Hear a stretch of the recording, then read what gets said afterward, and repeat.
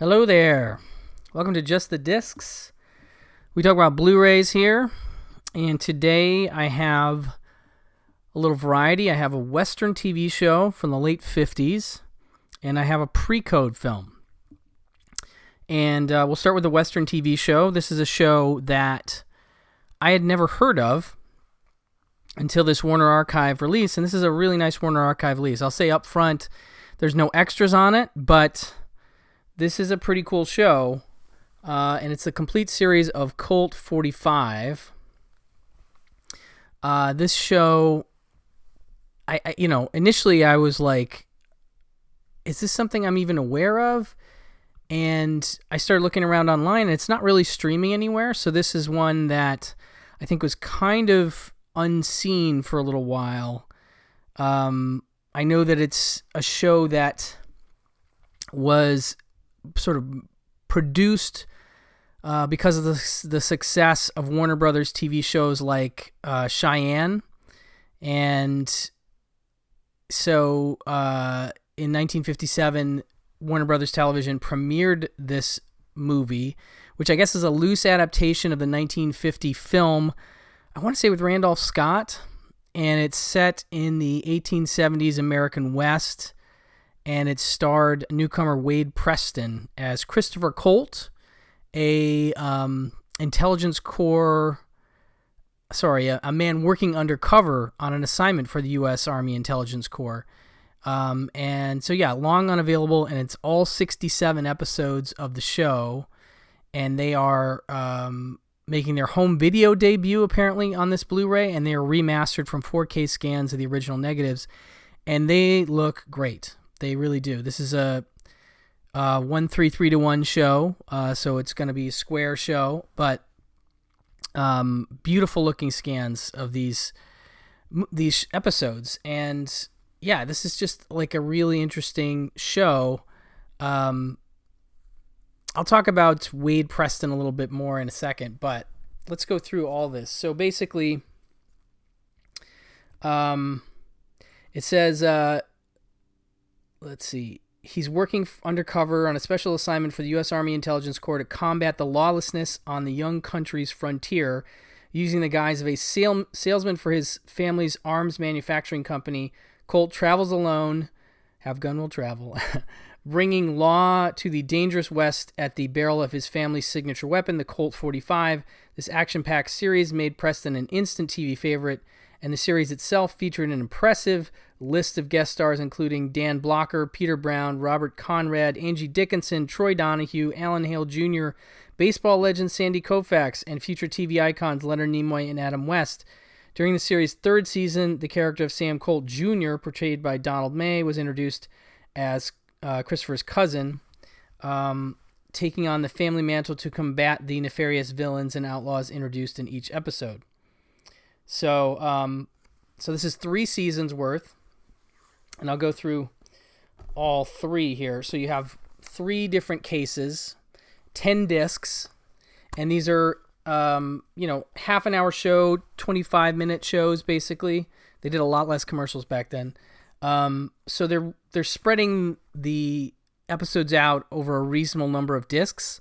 So there's not a lot of compression. It feels like it's pretty well put together in that sense. But okay, so like the complete first season, we have 4 separate discs, and you have 24 episodes or something like that.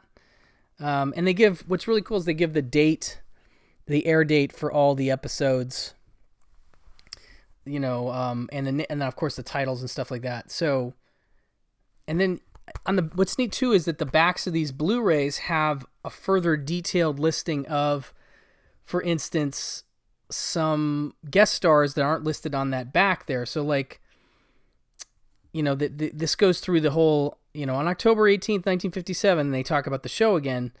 It says the stranger impresses all of the townsfolk with his speed and skill, firing his new Colt 45, everyone except a young missionary, Aaron O'Brien, who berates him for bringing an even more powerful weapon into a lawless town, and the criminal Jim Rexford, Andrew Duggan, who, if you don't know Andrew Duggan, when you see him, you'll know him. He almost always plays a heel. He almost always plays a bad guy, a heavy of some kind. He has been sent to track. So began Judgment Day, the first of the series' 67 episodes, which entertained audiences for years to come, first on network television and then in syndication reruns. The first 26 episodes, is highlighted by guest appearances from former Warner Brothers big screen westerns like veterans Wayne Morris and Dick Foran, as well as Angie Dickinson, Ed Kooky Burns, Cameron Mitchell, and Charles Bronson. So they were not mentioned, but they are part of this first season. Again, there's no extras on these, but like, say, the Columbo set from Kino, I mean, in some ways this is different than that because Columbo you can stream on Peacock, you can stream it on Tubi, at least for now. This show you can't watch any other way. Like, I thought, there'll probably be some episodes on YouTube, but I couldn't find any. I'm assuming Warner's had them taken down if there were any. So yeah, again, high quality stuff. That's season 1. The second season, another collection of action-packed episodes set in the West of the 1870s. As Christopher Colt, heroic Wade Preston takes on a myriad of shifty villains and outlaws in each teleplay. Highlights of this season include The Escape, where Adam West guest stars as the cold-blooded murderer named Ed Callan, and Don't Tell Joe, where West again guest stars, this time as Christopher's friend and U.S. Marshal Joe Benjamin. I love that Adam West is on multiple episodes playing different characters. Okay, so the elephant in the room, or the thing that I keep thinking about, is like, Bounty Law. I can't help but think of Once Upon a Time in Hollywood. I know that was based on the Steve McQueen show, Wanted Dead or Alive, but if you've watched Once Upon a Time in Hollywood recently, and the Bounty Law clips kind of got you in the mood for Western TV, this is right up your alley. This is not, again, it's not about a bounty hunter per se, but it really, the announcers and the breaks and everything feels just like, that style of television that Bounty Law is taking off from. So anyway, that was the other thing that I kind of got excited about with this, was I was like, is this going to be sort of Bounty Law, origin thing? And it's not quite. That's the Steve McQueen show, but this is still really cool because you have these actors, that were to be famous. Adam West had not become Batman yet. Leonard Nimoy had not been in Star Trek yet. So anyway, I love the guest stars. That's one of the reasons I love these old TV shows. Neil Hamilton portrays an army captain gone rogue with the stolen government money in The Pirate. Robert Conrad guest stars as famous outlaw Billy the Kid in Amnesty. I feel like I've heard something about that episode for some reason. And Christopher Colt pursues the titular outlaw in the saga of Sam Bass, with Bass portrayed by Alan Hale Jr., who of course is the skipper from Gilligan's Island. So that's all in the complete second season. Now, this is a shorter season, so there's only 2 discs, and a dozen episodes, or 1, 2, 3, maybe 14 episodes or so. So that's the second season.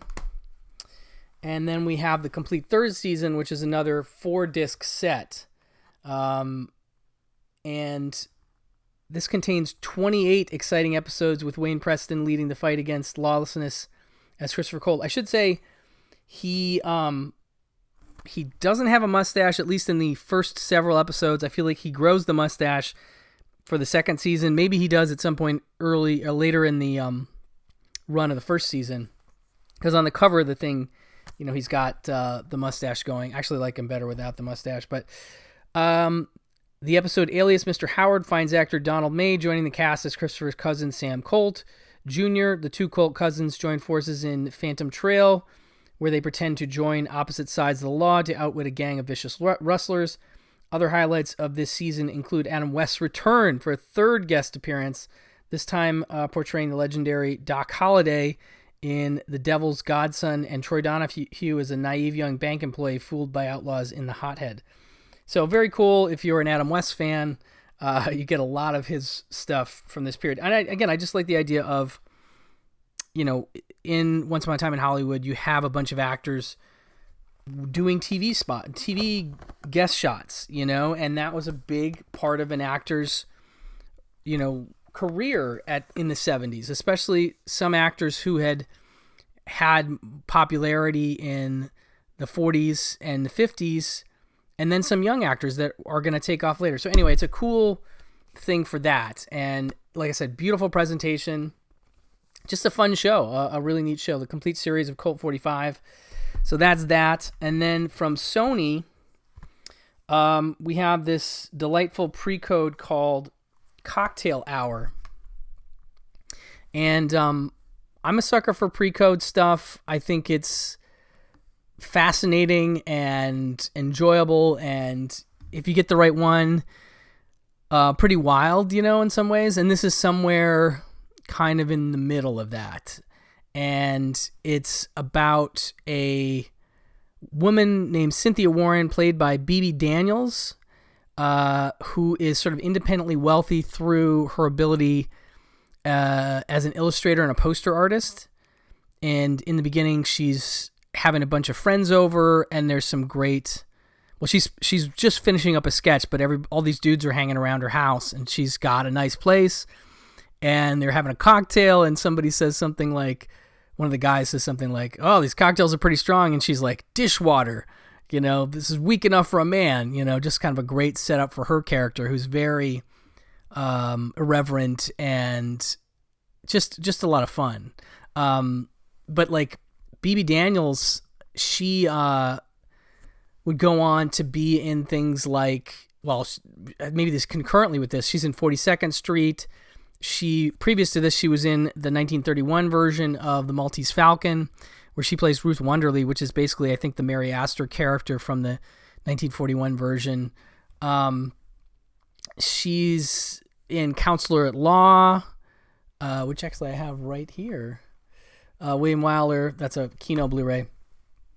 And some other stuff. She's in a bunch of silents. I think she came up through the silents. She's in a bunch of Harold Lloyd movies, like a bunch. Like clearly a big part of his repertoire in terms of actors. Like she's in tons of his stuff. And I think these are mostly shorts that she, these are like maybe one-reelers that she was in. But she's got a really great presence, and she's very funny, and I dig her. I didn't really know her, but I'm a fan. But so the story is basically that she works for a bunch of major magazines. One of them is run, or at least one of the, I guess the ad agency is run by Randy Morgan. That's Randolph Scott in one of his earlier roles. And I had just not even realized how much stuff Randolph Scott did in the 30s. Like, obviously I love his latter era Westerns in the late 50s for Bud Bedecker and for Sam Peckinpah a little bit, Ride the High Country, etc. But I just didn't realize quite how much he worked as a young man. He has zero of the personality he would have later, and that's not to say he's not good, but he's just a little bit functional in this. But he is fun and flirty and stuff like that, but I guess I like him better as sort of a less talking, world-weary hero, sort of anti-hero. Anyway, he's fun in this, and he's sort of really vying for Cynthia Warren's hand, as is at least one other dude who brings his mom over the first day and during the first scene when she's got to run to the office to bring the sketch that she finished to Randy. So that guy's into her, and she ends up taking this boat trip, and she meets another dude named William Lawton, who's like a wealthy passenger, who takes her for a sporting girl, if you catch my drift. And there's a lot of drinking, there's a lot of flirtation, there's a lot of references to sex. It is very much a pre-code movie. She's scantily clad in a little bit in a few scenes. It definitely feels, before the whole production code kicks in. It's a breezy 73 minutes, actually kind of long for some of these pre-codes, but that's not long at all. It's just over an hour, which is a perfect length. And yeah, so it's like part party girl drinking movie, part boat romance and more. I won't go into everything that happens in it, but it is directed by a guy named Victor L. Schertzinger, who I don't know, but apparently I think his most high-profile stuff is he did work with Bing Crosby and Bob Hope on a couple road movies with Dorothy Lamour, Road to Zanzibar in 1941 and Road to Singapore in 1940. And, I mean, he's got quite a career. It looks like he did a few with Bing Crosby, Rhythm on the River and some other stuff that I'm not as familiar with. But definitely did some pre-code stuff. I'm curious to check out his other work. That's something that these little releases sometimes push me in a direction of like, oh, who is this actor and what's this director done? But if you like a nice, energetic, fun dialogue having pre-code movie, this one's pretty solid. It's not groundbreaking necessarily, but it's a movie that I don't think has much of a profile on home video. Like it may have had a DVD release, but I don't know about its streaming capacity at the moment. I don't think it's streaming, at least maybe it's on YouTube. A lot of Sony stuff tends to come up there, but in terms of a legit streaming presence, it doesn't appear to have one anywhere that I can find. So that's another reason to check out physical media. But anyway, that's all I've got for this round. Check out COLT 45 on Blu-ray or Cocktail Hour if you're looking for that pre-code. Thank you so much for listening, and I'll talk to you soon. Bye-bye.